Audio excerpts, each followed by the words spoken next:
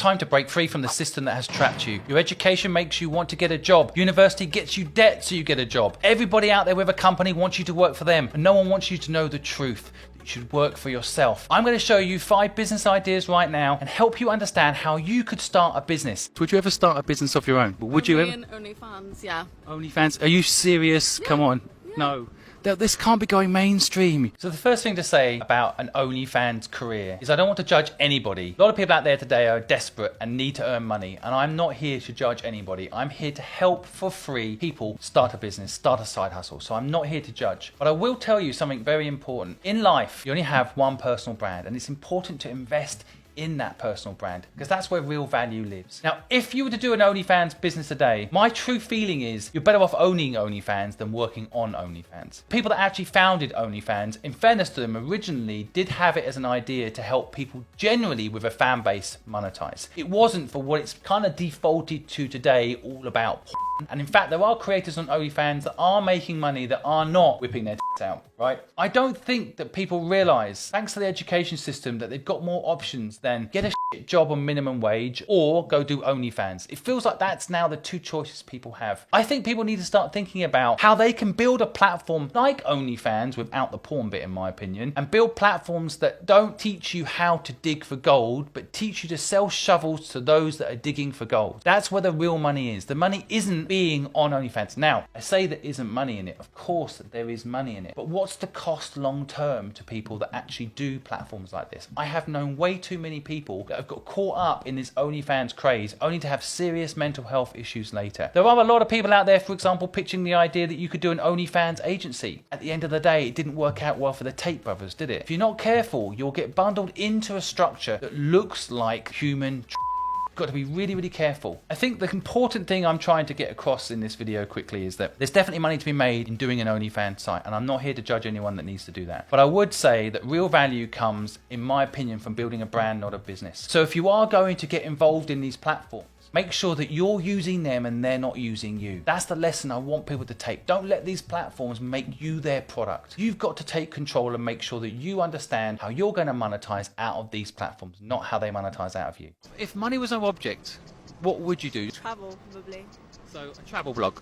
Yeah, maybe. So a travel blog, in my opinion, in this day and age, it's going live on social media in locations around the world and walking through the streets and sharing with people what you're doing, right? I think that a lot of people can't afford to go on holiday. A lot of people go in a lot of different locations. So I see 2 businesses that potentially you could start. One would actually be maybe an aggregation of all the traveling experiences that people are having on one platform. So each hour, each day, people that are on holiday, you could ask them to go live and you would share it on your central platform. So suddenly people can have the experiences of these locations without having to pay huge money, perhaps nothing. You can build a massive social media following. Equally, on the other side, if you go on holiday, the way I do it, when I go on holiday, I look how I can pay for that holiday. If it's, for example, getting sponsorship or getting the airline tickets sponsored, and I'll do a quick video while I'm on the plane talking about the airline. Now, what can you do to monetize your existing holiday? But I think there's another business, which is you can get your company to sponsor you to go traveling. Lego should sponsor this individual. And I don't think it's so unrealistic in this day and age. People want travel experiences. Now, there's one thing I think people aren't doing, and that's selling experiences in metaverse. I do see that in the future, people having holiday experiences in the metaverse. I think that in the future, if you want to go on holiday to London and you want to go up inside Big Ben, you're not able to do it, but you will be able to through virtual reality. So I think there's a huge opportunity to create travel experience through virtual reality. Would you ever start a business of your own? Yes, of course. What would you do? The same place where I'm working now.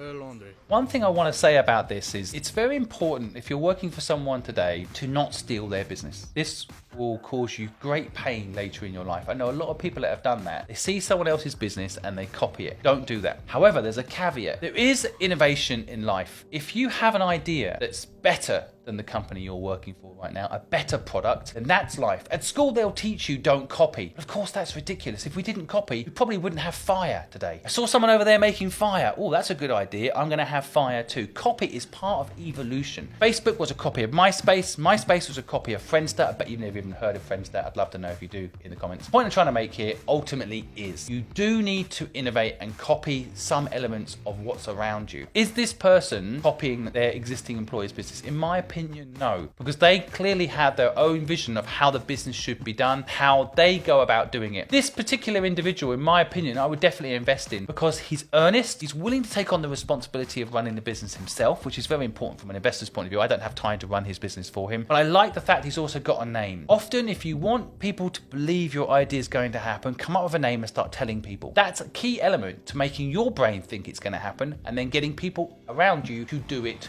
with you, to help you make it happen. Would I invest in this business? It's not a business I'm particularly excited about unless they could put a purpose angle on it. But this individual, I definitely think is brilliant. And as a business model where you innovate around what your boss isn't doing right, I think fair game. Just don't steal their clients or steal their business. Excuse me, would you ever start a business of your own? I would absolutely start a business of my own, absolutely. What would you do if you could do anything? I would tell jokes for a living. I would just go around telling jokes as much as possible. I want to hear your best joke. Let's find out whether you should be doing this for a living or not. Okay.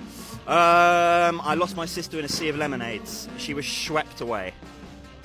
Should you be doing this for a living? So what I really like about this idea, and I think something you can all tap into, is that it's a personal passion. And there's loads of comedians out there, there's loads of jokes being told out there, but I think with short form social media content right now, you can break through and become a big comedian quite quickly. The other thing I really like is that he will tell a joke that he thinks is funny. Humor is a funny thing. Like what you find funny and what I find funny might be completely different. I don't know. You tell me in the comments what you find funny, I'd like to know. The point I'm trying to make here is ultimately that if you love to do something, you will follow through. Was his joke funny? Debatable. Is he a great comedian? Maybe not yet, but he has a passion for it. He wants to make people laugh. And that's the core basis of every single business anyone should start. You love to do it. That to me is an underrated superpower. And so I think if you like to tell jokes, that should be your business. If you want to be a comedian or you want to be a dancer or you want to be a public speaker or you want to be an expert on Twitter, whatever it is, make sure that you have a passion for it. That will give you the ability to sustain. And actually the single most important thing in business is taking risk. That's how you get more luck. The more risk you take, the luckier you get. It's got nothing to do with hard work. A large part of taking risk is being able to follow through in the risk that you're taking. If you follow through, you 10x your chances of success, right? It's only if you stop that you fail. So I do think that there's plenty of room if you want to be a comedian to be a comedian. There's plenty of room if you want to be a dancer to be a dancer. And if you're passionate about it, you'll probably succeed. For this final idea, I've got a special treat for you. This is Aiden, everybody. He's 5 years old and he every single day teaches me something new. If I gave you £10,000, what would you do with it? Treat the family to a nice holiday. All right, where would you go? Maldives or somewhere. Would you ever consider spending that money on starting a business instead? I'd consider it. What would you do? I'm a carpenter, so I've got my own carpentry firm anyway. So Would £10,000 make a difference? that'd make a hell of a difference at the moment. Yeah, What would you spend it on? advertising maybe. I always struggle to get carpenters. He's a carpenter who struggles to get carpenters to help him. Often you'll find, for example, a taxi driver is not the person who ends up running a taxi firm. You want to think about business in the context of like, if you don't have a skill, you often have to bring it in. So for example, I ran a design company called Fluid and I couldn't design. And all the designers who were very talented weren't the best at necessarily managing designers and bringing designers in to help them. So you don't need to be a carpenter to perhaps start a carpentry agency. Now there's an important lesson I want to share with you about this particular video that I think could change your life. Kids don't do what you say, they do what you do. So let me ask my son something important. Aiden, should we give £10,000 away to someone or should I take you on holiday with the £10,000? Give it away. Give it away. Kids learn from what we do. This amazing entrepreneur, although he wants to do good for his family and spend it on a holiday, in reality, his family want to be proud of him. His children want to see him do amazing things so they feel inspired. That'll be more powerful than any holiday would ever be. And quite often I've noticed, and you might be falling into this bracket, you may have some money in your bank and you're thinking, put it into stocks or put it into property. The best thing you can do is invest in you.